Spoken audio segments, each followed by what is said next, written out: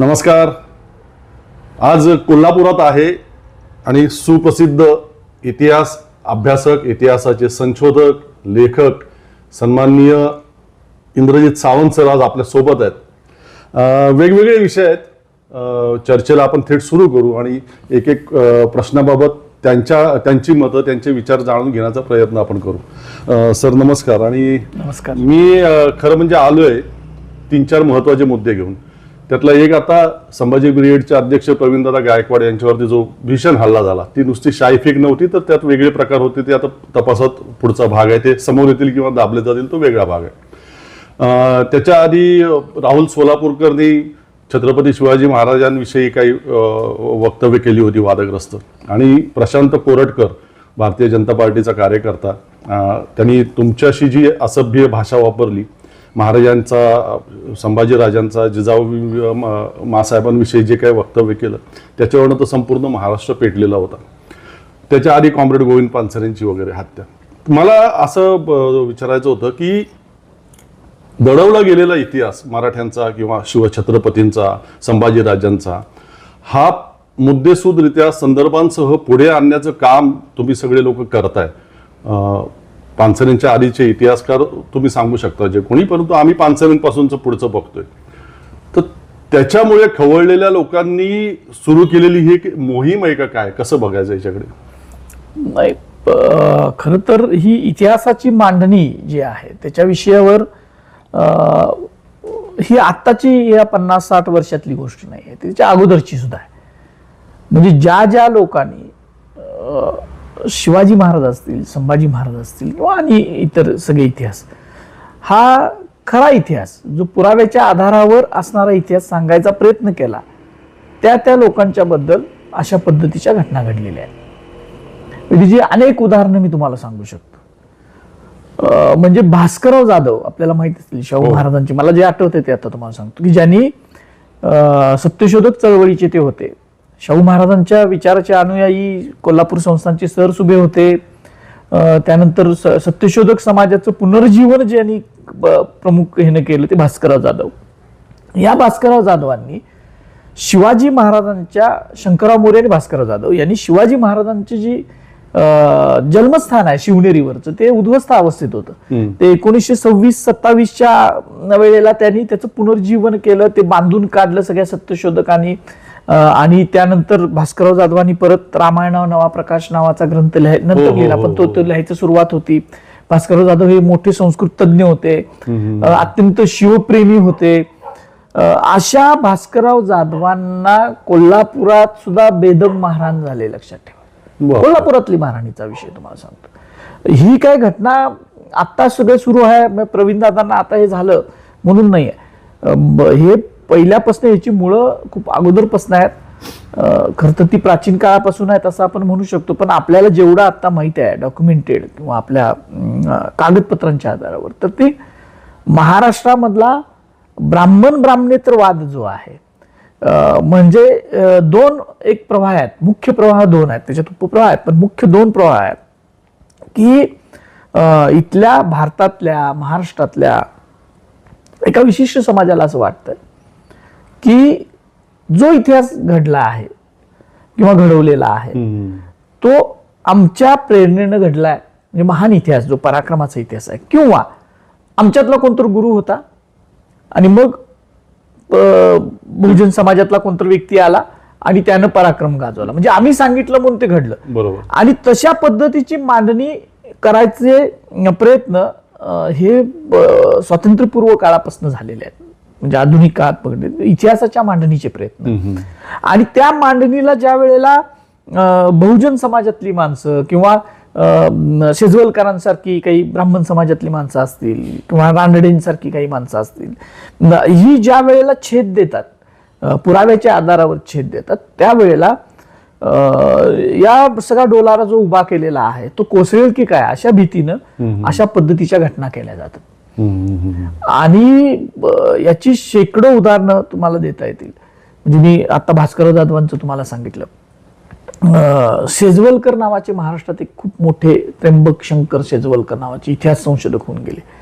त्यांनी जर शिवचरित्र लिहिलं असेल तर एक वेगळं शिवचरित्र लोकांसमोर गेलं असतं. आता त्यांच्या काही त्रुटी सुद्धा असतात, प्रत्येक संशोधकाच्या, माझ्या सुद्धा असू शकतात, बरोबर. की काळ बदलला की त्या लक्षात येतात. त्यांच्या काही त्रुटी सुद्धा आहेत मांडणीतल्या. पण त्यांनी ज्या वेळेला गोस सरदेसाई खूप मोठे विद्वान संशोधक आपल्याकडे गेले, इतिहासाची त्यांनी खूप कामं केली, मराठी रियासत नावाचे त्यांचे खंड आहेत. सलग इतिहास वाचायचा असेल तर आज सुद्धा गोस सरदेसाईंचा वाचावा लागतो.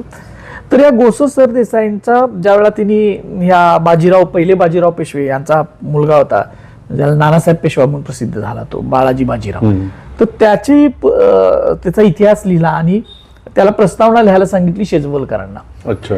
शेजवलकर म्हटले की माझ्या अभ्यासानुसार तुम्ही बाळाजी बाजीरावला पराक्रमी, स्वराज्य विस्तारक वगैरे वगैरे असं सगळं म्हणलेलं आहे. आता शेजवलकरांनी त्यांना अगोदर सांगितलं की माझ्या अभ्यासानुसार बाळाजी बाजीराव सारखा नालायक माणूस हा महाराष्ट्राच्या इतिहासात झाला नाही. आणि मग त्यांनी तरी गोस सरदेसाईंचं मोठेपण एवढं की त्यांनी सांगितलं की तुम्ही जे काय लिहाल ते मी माझ्या प्रस्तावना म्हणून तुम्ही माझ्या इतिहासाच्या ह्याला लिहा, मी ती छापणार आहे. आणि त्यांनी ती छापली. अरे वा. ती 70 पानाची 75 पानाची पृष्ठांची जी प्रस्तावना झाली ती मराठ्यांच्या इतिहासामधली जे आपण अन्वेषण म्हणतो किंवा विश्लेषण म्हणतो, एखाद्या चरित्राचं विश्लेषण करतो, ती सर्वोत्तम प्रस्तावना आहे शेजवलकरांची. ती लिहिल्यानंतर शेजवलकरांसारख्या एका महान संशोधकाला मेन स्ट्रीम मध्ये, त्यावेळेचा आपण सो कॉल्ड मेन स्ट्रीम म्हणतो, त्यातल्या लोकांनी अक्षरशः वाळीत टाकलं. अच्छा. बापरे. म्हणजे त्यांच्या एका विद्यार्थ्याने त्या आपटेनी मराठा नेव्हीवरची पहिली PhD त्यांच्या विद्यार्थ्याची त्याची पूर्ण होऊन दिली नाही. शेजवलकरांनी त्यानंतर मराठा मंदिरनं त्यांना शिवचरित्र आराखडा लिहिण्यासाठी हे केलेलं होतं मुंबईमधल्या. त्यांचा आराखडा सगळा तयार झाला, त्याची प्रस्तावना त्यांनी लिहिली. त्यांचं शिवचरित्र जर आलं असतं तर एक वेगळं शिवचरित्र लोकांसमोर गेलं असतं. पण सांगायचा हेतू की शेजवलकरांसारख्या विद्वान माणसाला तो ज्या वेळेला मांडणी करतो, प्रस्थापित विषयाच्या मांडणीला छेद देणारी मांडणी करतो, त्यावेळेला त्याला एक प्रकारे वेगळ्या पद्धतीनं साईड ट्रॅक करायचा प्रयत्न होतो. इतकंच काय, मी कोल्हापुरात आहे, आपण कोल्हापुरात आहोत. डॉक्टर बाळकृष्ण कुणाला माहिती येतात महाराष्ट्रावर? आज आपण उठता बसता शिवाजी महाराजांचं नाव घेतो. शिवाजी महाराज म्हणजे पंचप्राण आहे महाराष्ट्राचा, आहेच त्याच्याविषयी. पण या शिवछत्रपतींचं पहिलं 4 खंडामधलं आणि सगळ्यात मोठं कागदपत्रांच्या आधारावर चरित्र लिहिलं ते प्रोफेसर बाळकृष्णनी. किती शिवप्रेमींना तर माहिती आहे. नाहीच माहिती. शिवाजी महाराजांना द ग्रेट म्हणणारा हा पहिला माणूस आहे. त्यांच्या पुस्तकाचंच नाव शिवाजी द ग्रेट आहे, संशोधकीय पुस्तक आहे. आणि त्याच्यामध्ये त्यांनी शिवाजी महाराजांची खूप वेगळी अंग लोकांसमोर आणली. त्याच्यामध्ये त्यांनी शहाजी महाराजांना द किंग मेकर म्हटलंय, म्हणजे पहिलं खंड आहे त्याच्यामध्ये. त्यामध्ये त्यांनी जिजामातांचं जे स्थान आहे ते त्याच्या अगोदर खूप कमी लोकांनी दिलेलं होतं. शिवाजी महाराजांच्या जडणघडणीमध्ये ते पहिल्यांदा त्या माणसानं लोकांसमोर आणलं. त्यांनी जिजामातांचं कर्तृत्व लोकांना सांगितलं. त्यांच्या त्यांनी बाळकृष्ण असं म्हणतात की जिजाऊ साहेब या शिवाजी महाराजांच्या फ्रेंड, फिलॉसॉफर अँड गाईड आहेत. आणि स्त्रीच्या देहावर पुरुषाचं मस्तक असणार असं त्यांनी म्हटलं. थोडंसं ते पुरुष सत्ताक होतं, पण त्यावेळेला त्यांनी सांगितलं की तशी तेवढ्या कॅपॅबिलिटीची ती महिला होती, शिवाजी महाराजांची माता होती, हे सांगणारे ते बाळकृष्ण आहेत. आणि या बाळकृष्णांना त्यांनी परत रायगडवर जाऊन ते भूगोलाचा अभ्यास करून लंडन मधल्या विद्यापीठाचे ते PhD आहेत अर्थशास्त्रातले. शाहू महाराजांनी त्यांना राजाराम कॉलेजमध्ये प्राचार्य म्हणून बोलवलं. शाहू महाराज गेल्यानंतर आठवड्याभरात ते कोल्हापुरात आले आणि त्यांनी कोल्हापुरात राहून, त्यांची सगळी हयात नंतर कोल्हापुरात गेली, त्यांनी कोल्हापुरात राहूनच हे शिवचरित्र लिहिलंय. अच्छा. किती जणांना माहिती आहे? आता आम्ही 2014 पासून मला ज्या वेळेला समजलं त्यानंतर मी ते रिप्रिंट केलं, मग विद्यापीठानं रिप्रिंट केलंय. आता त्याचं विद्यापीठानं आत्ता मराठी भाषांतर आणलंय. पण त्यांना दमा होता, ताप त्यांना यायचा, तशा परिस्थितीमध्ये त्यांनी शिवचरित्र लिहिलेलं आहे. म्हणजे त्यांनी ध्यास घेतलेला होता शिवचरित्राचा. असा माणूस माहित नाही का, तर त्यांनी शहाजीला किंग मेकर म्हटलं.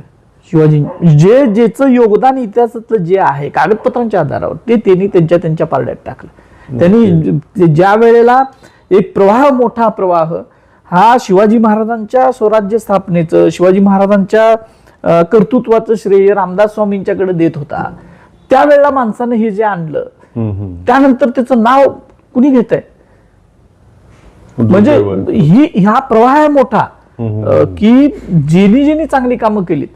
आप्पासाहेब पवार शिवाजी विद्यापीठाचे पहिले गुरु, पहिले कुलगुरू, की ज्यांनी राजवाड्यांच्या तोडीसतोड कागदपत्रांचं संकलन केलेलं आहे, ज्यांनी तेवढ्याच लेवलनं महाराणी ताराबाई साहेबांच्या कागदपत्रांचे 4 खंड छापले.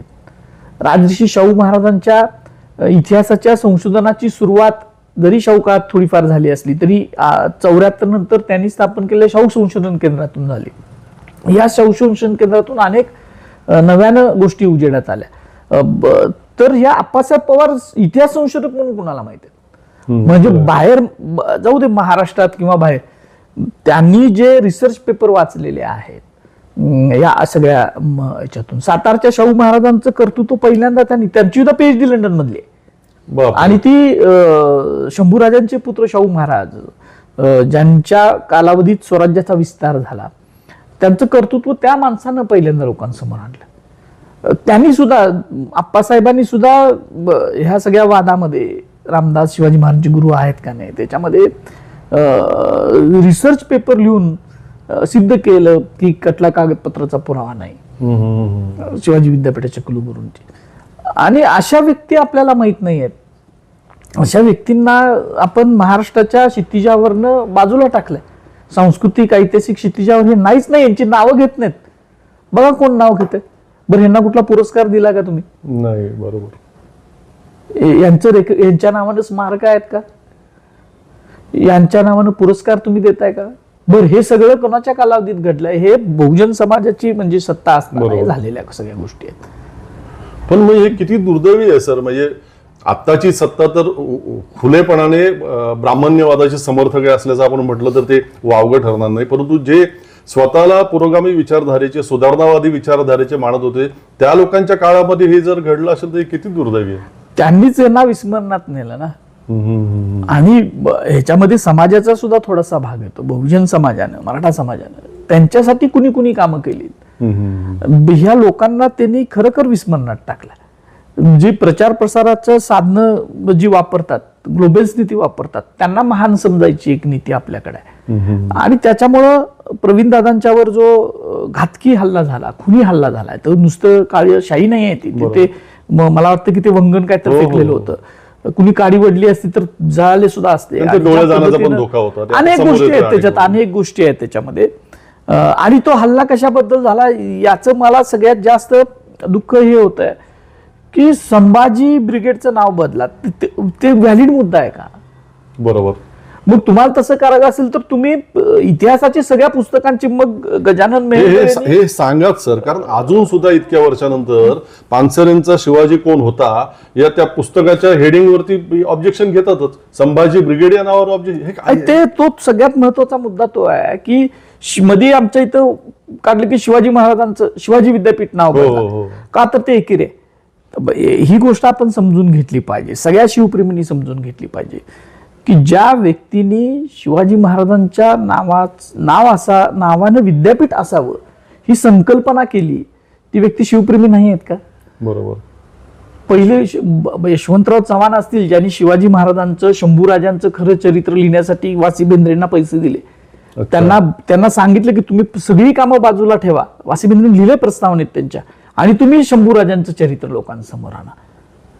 बाळासाहेब देसाई आहेत, ज्यांनी गडापर्यंत रस्ते नेलेले आहेत, सगळ्या गडकोटांची डागडुजी करायचे प्रयत्न केलेले आहेत.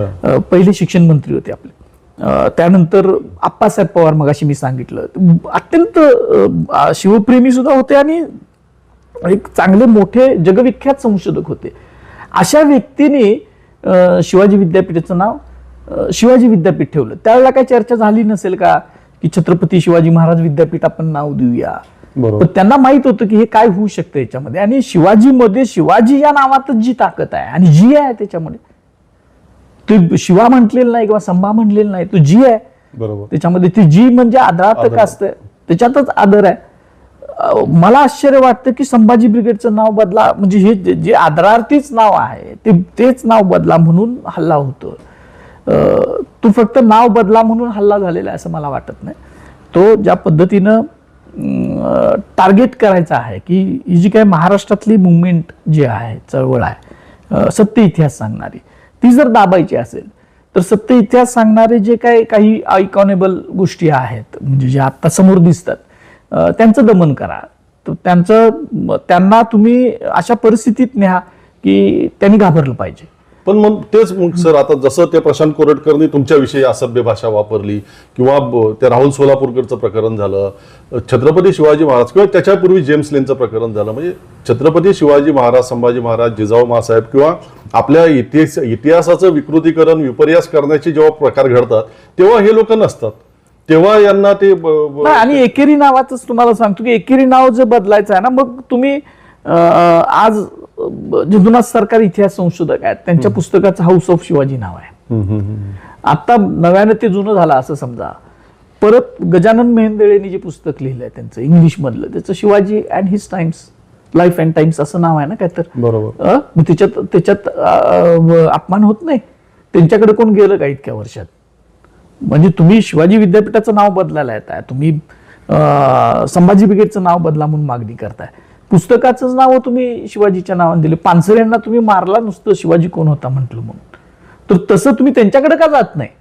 म्हणजे हा ब्लॅक अँड व्हाईट पण आहे. आणि दुसरी गोष्ट की ही काही जी स्मारकं आहेत, त्यांना वाटत असेल काही शिवप्रेमींना की आपण आदरानच घ्यायला, शिवरायांचं नाव आदरानं घेतोय, सगळंच घेतोय, त्यामुळे त्याच्याविषयी आदर नाहीये असं समजून तुम्ही जर काय करत असाल, म्हणजे जे काही ही कार्यकर्ते आहेत किंवा तरुण मुलं आहेत, तर तसं नाही आहे. ज्यांना शिवाजीच्या नावानं विद्यापीठ स्थापन करावं असं वाटतं, ज्यांना शिवाजी महाराजांच्या नावानं संशोधनात्मक ग्रंथ यावेत असे वाटतात, ज्यांना शिवाजी महाराजांचे पुतळे उभा राहावेसे असे वाटतात, त्यांना शिवाजी महाराजांची संग्रहालय उभा राहावीशी वाटतात, त्यांना आदर नाही असं कसं म्हणू शकतो आपण? बरोबर. आणि म्हणजे हाच पहिला प्रश्न लोकांनी विचारला पाहिजे. आणि आपण भावनेच्या अतिरेकात किती वाहत जाणार आहोत हा सुद्धा त्याच्यातला पहिला. दुसरा मला या अनुषंगाने सर आणखीन एक मुद्दा आता विषय निघालाच आहे म्हणून विचारायचं, ही जी मोगलकालीन नावं आहेत, मोगली सत्तेच्या काळातली, महाराष्ट्रातली किंवा देशभरातली, ती बदलण्याची एक मोठ्या प्रमाणात धडाकेबाज मोहीम सुरू केली. म्हणजे अहमदनगरचं अहिल्यानगर किंवा आता नुकतंच ताजं इस्लामपूरचं ईश्वरनगर वगैरे, याच्याकडे कसं बघता तुम्ही? त्याच्याबद्दलची काही माझी मतं अशी आहेत की जी सत्ता पॉवरफुल होते ती जुनी नावं बदलत असते. औरंगजेबानं तर औरंगजेब गड किल्ले जिंकायला निघाला की तो नावं बदलत सुटायचा. म्हणजे ही खोड औरंगजेबाची खोड आहे, नावं बदलायची. म्हणजे त्यानं रायगडचं नाव इस्लामगड केलेलं होतं. त्याच्यानंतर विशाळगडचं सक्करला नाव ठेवलं, पन्हाळ्याचं नबिशा ठेवलं, सिंहगडचं बक्षिंदा असं अशी वेगवेगळी नावं त्यांनी ठेवली. वसंतगडचं किलीदा फतह ठेवलेलं होतं. तर ही खोड आहे नाव बदलायची की मी त्याच्यावर सत्ता आमची आहे आणि ती आता दृश्य स्वरूपात दाखवण्याची गोष्ट आहे. माझं असं मत आहे की मुस्लिम सत्ताधीशांनी जे क्रूर होते यांनी जर बदललेली नाव असली तर ती बदलावी, त्याच्याबद्दल काय कुणाचं दुमत असायचं काय काम नाही आहे. 100% बदलली पाहिजेत. पण त्याचबरोबर विरोधाभास असा मला असं वाटतं या सगळ्या ह्याच्यामधला की आज मुंबईचं एक उदाहरण आहे की गेटवे ऑफ इंडिया कशासाठी निर्माण झाला आहे? गेटवे ऑफ इंडियाचं बांधकाम ज्यांनी भारतावर 150 वर्ष गुलामगिरी लादलेली होती, ज्यांनी क्रूरपणे भारतावर शासन केलं, मुस्लिम सत्ताधीशांसारखंच क्रूर शासन त्यांनी केलेलं आहे आणि एक्सप्लॉयटेशन करून घेऊन गेलेलं आहे तिथली संपत्ती. म्हणजे सगळ्यात मुस्लिम इथंच, सत्ताधीश इथंच राहिले, ती संपत्ती इथं निर्माण झाली, इथंच ती जिरली. पण हे भारताला खऱ्या अर्थानं गुलामगिरी कोणाची लादली असेल तर ती इंग्रजांनी, ब्रिटिशांनी लादली. त्यांची नावं, त्यांची स्मारकं, त्यांच्या इमारती, त्याच्यासाठी तुम्ही कोट्यावधी रुपये खर्च करणार. गेटवे ऑफ इंडियाचं उदाहरण आहे, तिथं मोठे मोठे कार्यक्रम घेणार, ते का नाही पाडत? बरोबर. ते का नव्यानं नाही बांधत? हा विरोधाभास आहे ना. तुम्ही करताना मग तुम्हाला गोरी कातडी चांगली वाटते का आणि कशाबद्दल वाटते? बरोबर. हा दुटप्पीपणा ठेवला की लक्षात येतं की हे जाती धर्मात तेढ निर्माण करायसाठी केलेली गोष्ट आहे. आज आता इथे ब्रिटिश नाही आहेत, त्यामुळे त्यांच्याबद्दल काय बोलून आणि हे करून काय फायदा नाही म्हणून ते करत नाहीत. पण ते सगळ्यात मोठं गुलामगिरीचं प्रतीक गेटवे ऑफ इंडिया आहे. बरोबर. ते पाडा मग पाडा, ते दुरुस्त तर करा, त्याच्यावर अजून त्या किंग जॉर्जचं नाव लिहिलंय त्याच्या स्वागतासाठी म्हणून. अरे काय कसला गेटवे ऑफ इंडिया आणि काय, आणि इकडे तुम्ही हे बदलताय, दृश्य स्वरूपात आहे नुसती. जी फिजिकल नाव आहेत, ही जी नावं जी असतात ती आपण काल्पनिक असतात, नाव काल्पनिक असतात, तसं काही दृश्य, हे दृश्य स्वरूपातलं गुलामगिरीचं प्रतीक. अशी कितीतरी आहेत ब्रिटिशांची गुलामगिरीची प्रतीक. मग ती तुम्ही ठेवणार आहात का पाडणार आहात? तुम्ही आता बोलता बोलता विशाळगडाचा उल्लेख केला. नेमकं विशाळगडावरती जो काय भयानक प्रकार घडला त्याला आता वर्ष झालं जवळ. बीबीसीचा एक रिपोर्ट बघितला मी 3 दिवसापूर्वी, बीबीसीने तिकडचा केलेला, की साधारणपणे त्या घटनेपूर्वी 3,000 ते 4,000 ते 5,000 लोक रोज विशाळगडावरती जायचे, तिथे दर्शन वगैरे ते घ्यायचं सगळ्या. आणि आता त्या घटनेनंतर साधारणपणे 200, 250, 100, 150 लोक गडावरती जातात. म्हणजे या सगळ्यातून बरं तिथे जे काही झालं त्या लोकांनाही अजून न्याय पूर्णपणे मिळाला नाही, त्यांची घरदार दुरुस्त झाले नाही, नुकसान भरपाई योग्य प्रकारे मिळाली नाही, आणि दुसरीकडून गडावर जाणाऱ्या पर्यटकांचं, शिवप्रेमींची संख्या सुद्धा प्रचंड घटली. म्हणजे काय या सगळ्यातून मग आउटपुट काय निघालं?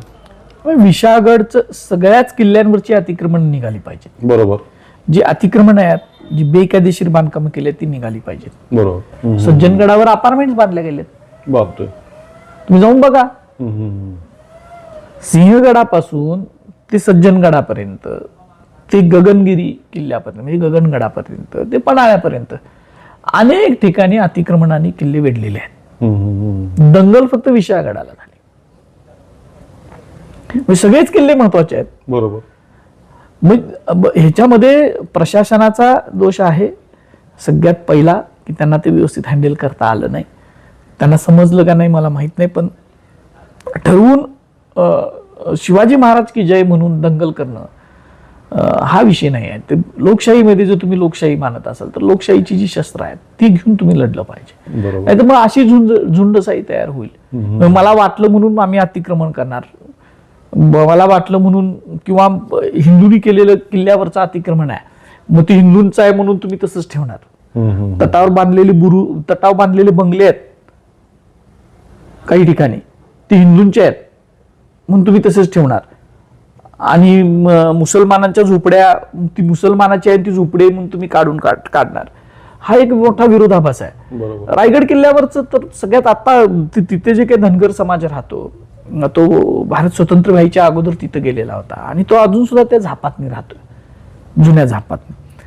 तर त्यांना खाली जावं म्हणून नोटिसा काढल्या पुरातत्व खात्यानं. लिगली योग्य आहेत, पण एक 70-80 वर्ष रायगड किल्ला जतन, एक प्रकारे तिथं वस्ती ठेवली, जतन केला, त्यांच्याबद्दल आपण सहानुभूती बघणार का नाही? बरोबर. म्हणजे ही खूप वेगळं प्रकरण आहे. अतिक्रमणाचं जे सगळं प्रकरण आहे गड किल्ल्यांच्या बद्दलचं, खूप वेगळ्या पद्धतीनं आपण बघितलं पाहिजे त्याच्याकडं.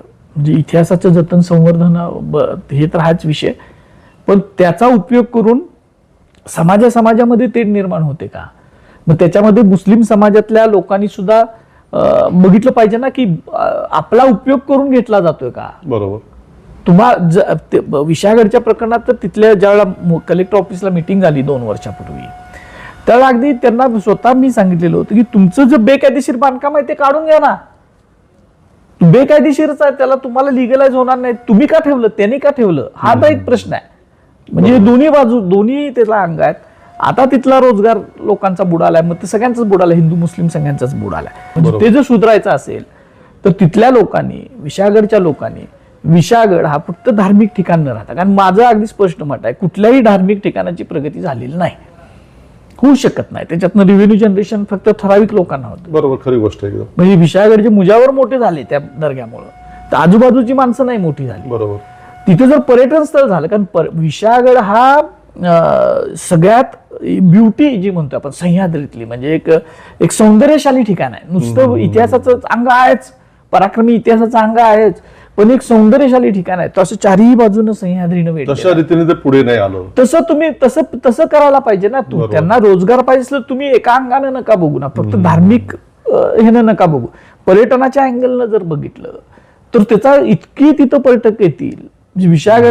विशाळगडावर जाणं आणि तिथं बघणं ह्याच्यासाठी तिकीट लावावं लागेल. म्हणजे जसं आज अनेक ठिकाणी लावलेलं गेलेलं आहे म्हणजे पर्यटन स्थळांवर, तुम्ही आता- फायदा होईल, रेव्हेन्यू जनरेशन मोठ्या प्रमाणात होईल. बरोबर. मग या अँगलनं विशाळगडकडे बघितलं पाहिजे. आता तुम्ही हे मत व्यक्त केलं. मला या अनुषंगाने आणखीन एक विचारायचं की आता आपल्या 12 काहीतरी महाराजांच्या गड किल्ल्यांना युनेस्को दर्जा दिला संरक्षित म्हणून. याचा म्हणजे नेमकी याचा अर्थ काय, याच्यातून नेमकं काय परिवर्तन घडणार आहे, कशा प्रकारचं परिवर्तन घडणार? म्हणजे याच्यावरचं हे जे दुर्ग आहेत सगळे, ह्याला आता जागतिक ओळख मिळालेली आहे. असं म्हणजे पहिली एका ओळीत सांगितलं, हे जागतिक स्तरावर गेलेले आहेत. अच्छा. युनेस्कोच्या यादीमध्ये आलेत. युनेस्कोच्या यादीमध्ये साधारण 1223-24 ठिकाणं आहेत फक्त. म्हणजे लाखो ठिकाणं आहेत. तुम्ही बघा, पृथ्वी खूप मोठी आहे, बरोबर. त्याच्यामध्ये अनेक हिस्टॉरिकल ठिकाणं आहेत, मॉन्युमेंट्स आहेत. पण त्याच्यामधल्या 1223-24 मध्ये आपले परत हा एक आपला मराठा मिलिटरी आर्किटेक्ट म्हणून समूहाने किल्ले गेले सगळे. तर याचं जतन संवर्धनामध्ये मोठा हातभार लागेल असं मला एक आशा आहे याच्याबद्दल. अच्छा. कारण युनेस्कोची कमिटी जी आहे त्याच्यामध्ये काय वशिलाबाजी चालत नाही. ती जसं त्यांनी तुम्हाला आत घेतलेलं आहे यादीमध्ये, तसं ती बाहेर सुद्धा काढू शकते.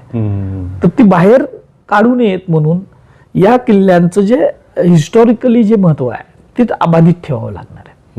याच्यावर जी अतिक्रमण आहेत, बेकायदेशीर झालेली गोष्टी जी आहेत, म्हणजे जी जुनी घरं आहेत ती नाही म्हणत मी, पण जी नव्यानं बेकायदेशीर घरं झालेली आहेत, जी नियमातच बसत नाहीत, म्हणजे तटापासून 100 मीटरवर बांधकाम करणं हे पुरातत्वाच्या नियमात नाही आहे, ते रिस्ट्रिक्टेड झोन आहे. तर तसं काही ज्या गोष्टी आहेत त्या सगळ्या काढाव्या लागतील. त्याचं योग्य पद्धतीनं पुरातत्वीय शास्त्राच्या निकषानं तो मेंटेन करावा लागेल. म्हणजे बोर्ड एकसारखी रंगसंगती असणं, तिथं स्वच्छता असणं, अशा अनेक गोष्टी आहेत, त्याचे रूल्स खूप आहेत. म्हणजे जे पुरातत्वाचे नियम आहेत ते काटेकोरपणे पालन करावे लागेल.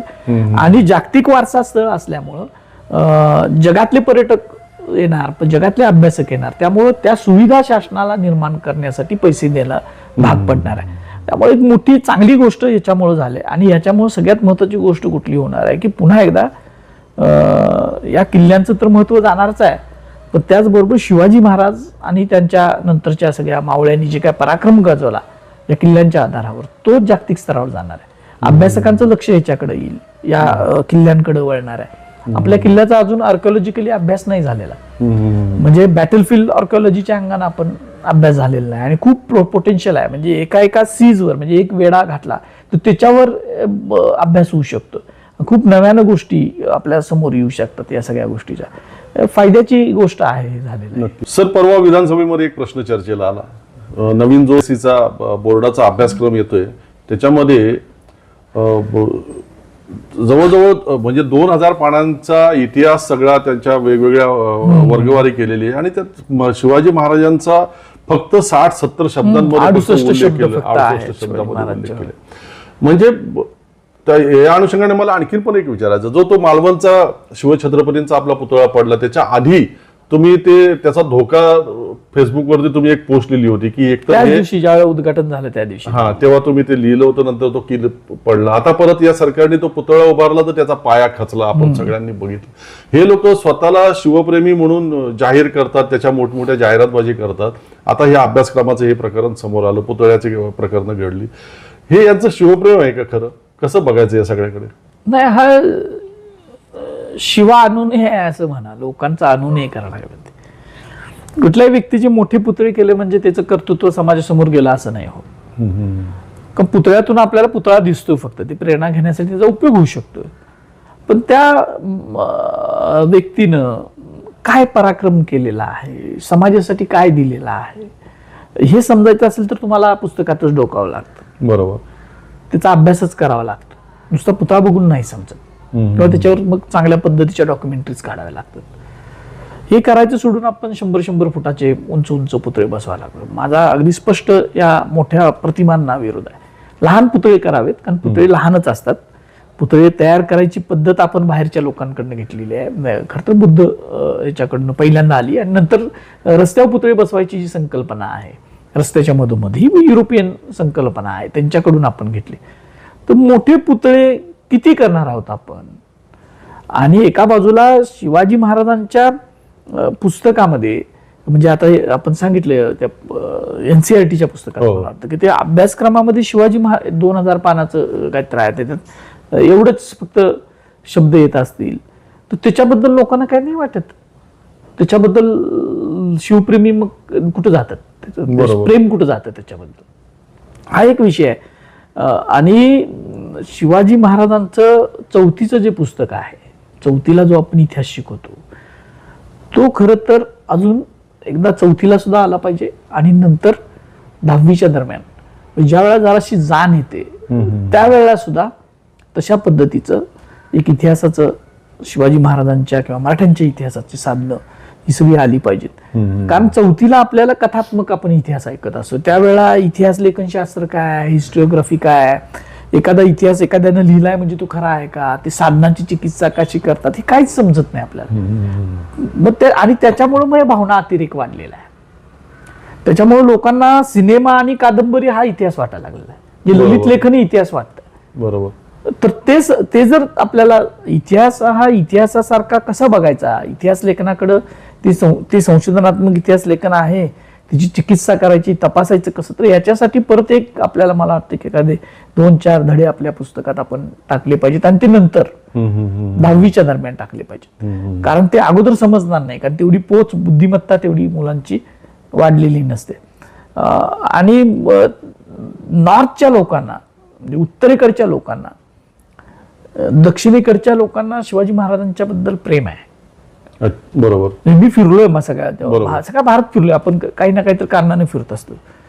उत्तरेकडच्या लोकांना शिवाजी महाराजांच्या बद्दल प्रेम आहे का, म्हणजे जास्त सगळ्याच लोकांना म्हणत नाही, त्यातला एक मोठा समूह असा आहे की त्यातले इतिहासकार सुद्धा आहेत काही. म्हणजे ते तुम्हाला सांगतो की इरफान हबीब हे मोठे संशोधक आहेत, इतिहासकार आहेत.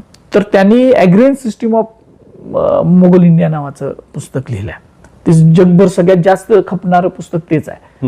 म्हणजे कृषी व्यवस्था जी आहे त्याच्याबद्दल, त्याच्यामध्ये 2-4 पानं शिवाजी महाराजांना अत्यंत चुकीच्या पद्धतीनं आलेले आहेत. मी पत्रव्यवहार सुद्धा केला त्यांच्याबरोबर आणि त्या ह्याच्याबद्दल की त्याच्यामध्ये शिवाजी महाराज हे शेतकऱ्यांची काळजी घेणारे नव्हते, ते एक्सप्लॉयटेशन करणारे होते, अशा काही गोष्टी त्याच्यामध्ये आलेल्या आहेत आणि त्या चुकीच्या साधनांमुळे आलेल्या आहेत. पण जगभर आज ते जाते ना. बरोबर. शिवाजी महाराजांची प्रतिमा आज ते पुस्तक इंटरनेटला टाका, लार्जेस्ट सेल मधले ते आहे, संशोधकीय पुस्तक लिहिलेलं आहे. पण त्याच्याबद्दल मग परत आपल्या डॉक्टर अरा कुलकर्णी जे आहेत इतिहासाचे चांगले वारले ते, पण त्यांचे अभ्यासक त्यांनी त्यांच्यावर काउंटर केलेलं होतं की तुम्ही चुकीची मांडणी केली, अजून नाही बदललेली त्यांनी. याचा अर्थ असा आहे की आज काही राजस्थान मधले काही इतिहासकार आहेत, त्यांची नाव घेत नाही, पण त्यांना सुद्धा शिवाजी महाराजांच्या बद्दल त्यांना मिर्झा राजा जयसिंग मोठा वाटतं, शिवाजी महाराज नाही मोठे वाटत. हा भाग आहे. म्हणजे उत्तरेकडच्या लोकांना शिवछत्रपतींच्या बद्दल, मराठ्यांच्या बद्दल, मराठा राजवटीबद्दल खूप प्रेम नाही आहे. बरोबर. आता तिची कारणं परत नानासाहेब पेशव्याच्या रणनीतीमध्ये आहेत, मराठ्यांच्या रणनीतीमध्ये आहेत. म्हणजे त्यांनी जे तिथं खंडण्या गोळा केल्या आणि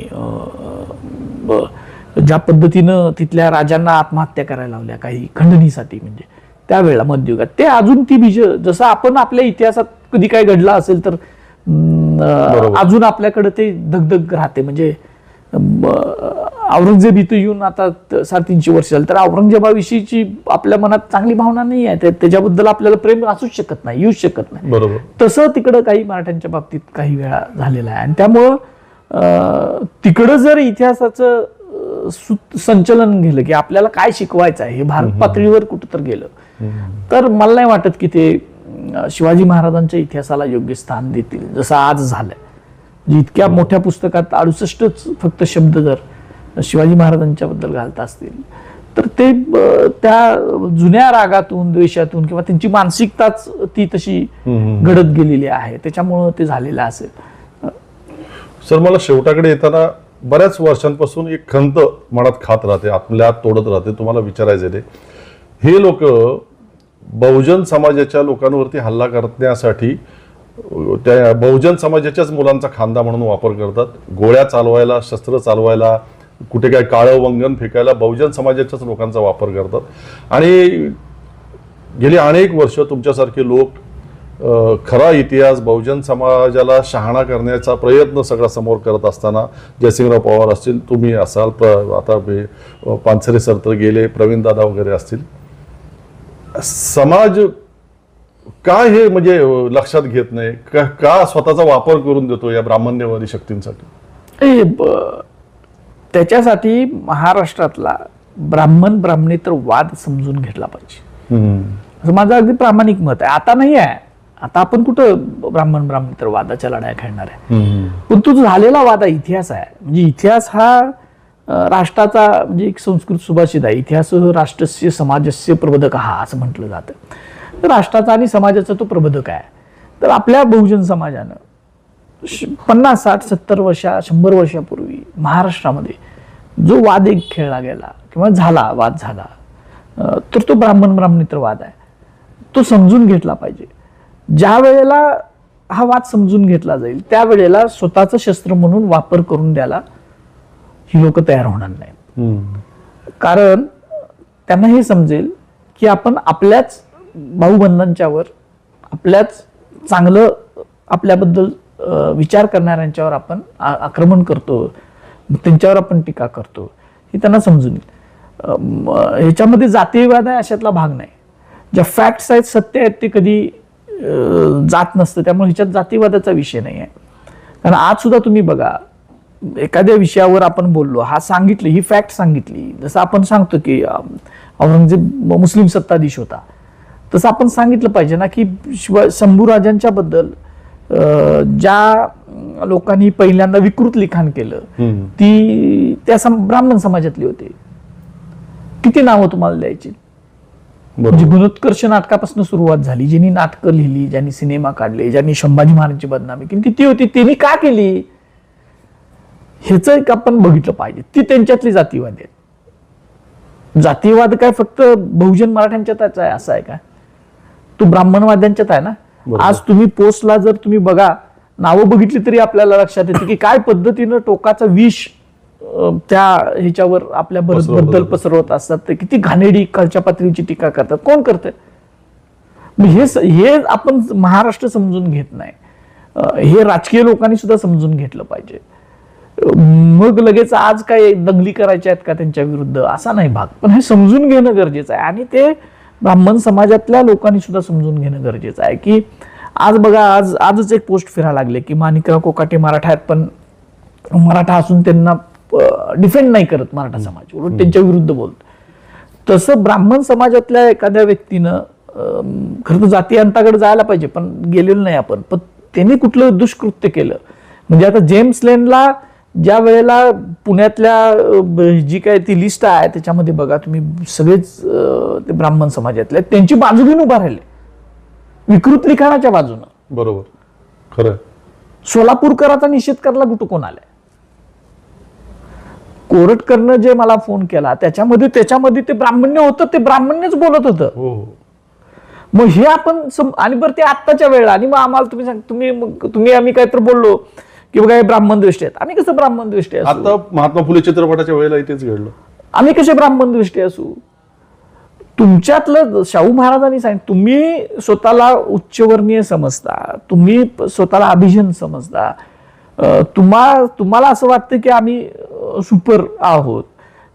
आणि ते परत काही लोक म्हणतात की जात सोडली पाहिजे, जाती तुम्ही नाव घेतलं तर तुम्ही मुसलमानांच्या विरुद्ध काही बोलणार त्यावेळेला तुम्ही जातीवादी धर्मवादी होत नाही.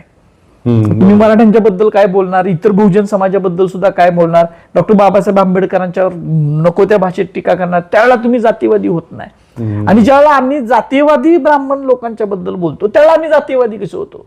बरोबर. म्हणजे हा जो वाद आहे ना, हा वाद महाराष्ट्रानं पुन्हा एकदा समजून घ्यायची गरज आहे. याचं पुनर्जीवन करा असं मी म्हणत नाहीये, पण हा वाद समजून घेणं गरजेचं आहे. सत्यशोधक चळवळ काय होती हे आपण समजून घेणं गरजेचं आहे, आणि मग महाराष्ट्रातून याची सुटका होईल. नाहीतर मला असं वाटतं की जे चित्र दिसतंय इतिहासाच्या अभ्यासातून की प्रचंड ताकदीनं दिल्ली शाहीची जी ताकद आहे, म्हणजे उत्तरेची जी ताकद आहे, ते सगळं कल्चर आपल्यावर दाबा लागलाय. बरोबर. छठ पूजा कुठलं काय माहित होतं का? लहानपणी मला माहितच नव्हतं. अनेक कुठले महाराज तिकडचे यायला लागले. आमच्या इथं कमी आहेत का? आमच्याकडे तुकाराम महाराजांपासून ज्ञानेश्वरांपासून जगाला तत्वज्ञान देणारी माणसं आमच्याकडे झाली, जी अजून कित्येक पिढ्या पोचणार आहे. कशाला लागतात ते महाराज इथं आणायचे आणि त्यांचे सगळे मोठे मोठे किती लाखोचे उत्सव करायचे? हे सगळं अतिक्रमण आहे, हे सांस्कृतिक अतिक्रमण आहे. आणि हे सांस्कृतिक अतिक्रमण थांबवणं ही काळाची गरज आहे. जसं आर्थिक अतिक्रमण आहे, म्हणजे आपल्या जमिनी गेल्या. आज सह्याद्रीची तुम्ही बघा, हे सगळं सुरुवात सांस्कृतिक अतिक्रमण नव्हते. बरोबर. एकदा तुम्ही स्वीकारलं ते की मग तिथली लोक येणार, तिथली मग माणसं येणार, तिथले व्यापारी येणार आणि मग इथे सेटल होणार. ते थांबवणं गरजेचं आहे. आणि त्याच्यासाठी पहिलीच गोष्ट हा वाद समजून घेणं, महाराष्ट्रामध्ये झालेला सत्यशोधक चळवळ समजून घेणं. आणि ही तामिळनाडून घेतलेली आहे, ही त्यांच्या इथली चळवळ. त्यांनी कर्नाटक, तामिळनाडू, केरळ, आंध्र या भागातल्या लोकांनी त्यांच्या इथल्या त्या मुवमेंट ज्या झालेल्या आहेत त्या समजून घेतलेल्या आहेत. आज हिंदी भाषेला विरोध असायचा आपल्याला संबंध नाही आहे, पण तिकडं तुम्ही गेला तामिळनाडूत, हिंदी बोललं तरी त्यांना वेगळ्याच पद्धतीनं नेतात. बरोबर. म्हणजे त्यांनी समजलंय की तुम्ही त्या भाषेच्या माध्यमातून तुम्ही कल्चर स्वतःच आणायला लागला आणि तुम्ही मग एक प्रकारे वेगळी गुलामगिरी तुम्ही आमच्यावर लादणार आहात. म्हणजे आमचं मूळचं तुम्ही सगळं काढणार आणि मग त्याच्यात मग शाकाहारी मांसाहारी तुम्ही आणणार परत. मटण खाऊ नका, तुम्ही हे करू नका, ते करू नका, अशा अनेक गोष्टी आहेत. आता ह्याच्यावर देवदत्त पटनायक मला माहिती आहे खूप चांगल्या पद्धतीनं व्यक्त व्हायला लागले गेल्या काही दिवसांमध्ये. त्यामुळं सजग पद्धतीनं महाराष्ट्रानं आज खऱ्या अर्थानं हे जे काही जुना इतिहास, खूप जुना नाही, एकदम 300-350 वर्षापूर्वीचा, आत्ता या 100-125 वर्षातला जो जुना इतिहास आहे त्याची उजळणी केली पाहिजे. आणि आपण पुढं का गेलो, आपण सगळ्यात शिक्षित का झालो, सगळ्यात जास्त शिक्षण संस्था आपल्याकडे का निर्माण झाल्या, आपल्याकडे साखर कारखाने का निर्माण झाले, आपण प्रगती का केली, त्याची कारणं कशात आहेत ती बघितली पाहिजेत. आणि ती या इतिहासात आहेत, ती या मुवमेंटमध्ये आहेत, ती सत्यशोधक मुवमेंटमध्ये आहेत, ती शाहू महाराजांच्या मुवमेंटमध्ये आहेत, बाबासाहेबांनी निर्माण केलेल्या मुवमेंटमध्ये आहेत. आणि ह्या मुवमेंट समजून घेणं ही काळाची गरज आहे. याला मी महाराष्ट्र धर्म म्हणतोय, माझी व्याख्या आहे ती. या मुवमेंट समजून घेणं महाराष्ट्र धर्म आहे. महाराष्ट्रासाठी महाराष्ट्रातल्या भूमिपुत्रांनी जे जे काय केलंय ते समजून घेणं आणि तशा पद्धतीनं वागणं हा महाराष्ट्र धर्म आहे. महाराष्ट्र धर्म म्हणजे काय, याच मोडवरती आपण थांबूया, कारण अतिशय महत्त्वाचं आणि समर्पक असं विश्लेषण त्यांनी महाराष्ट्र धर्माचं केलेलं आहे. मनात काही प्रश्न होते, तुमचेही असतील, माझ्याप्रमाणे तुमच्याही मनामध्ये असतील, आणि ते प्रश्न घेऊन सरांकडे आलो होतो, इंद्रजित सावंत सरांकडे, आणि माझ्या मते त्याचं निराकरण झालेलं आहे. तुम्हालाही ते निश्चितपणे आवडेल, पटलेलं असेल याची मला खात्री आहे. सर, मी आभारी आहे आपला, तुम्ही वेळ दिला. धन्यवाद. थँक्यू.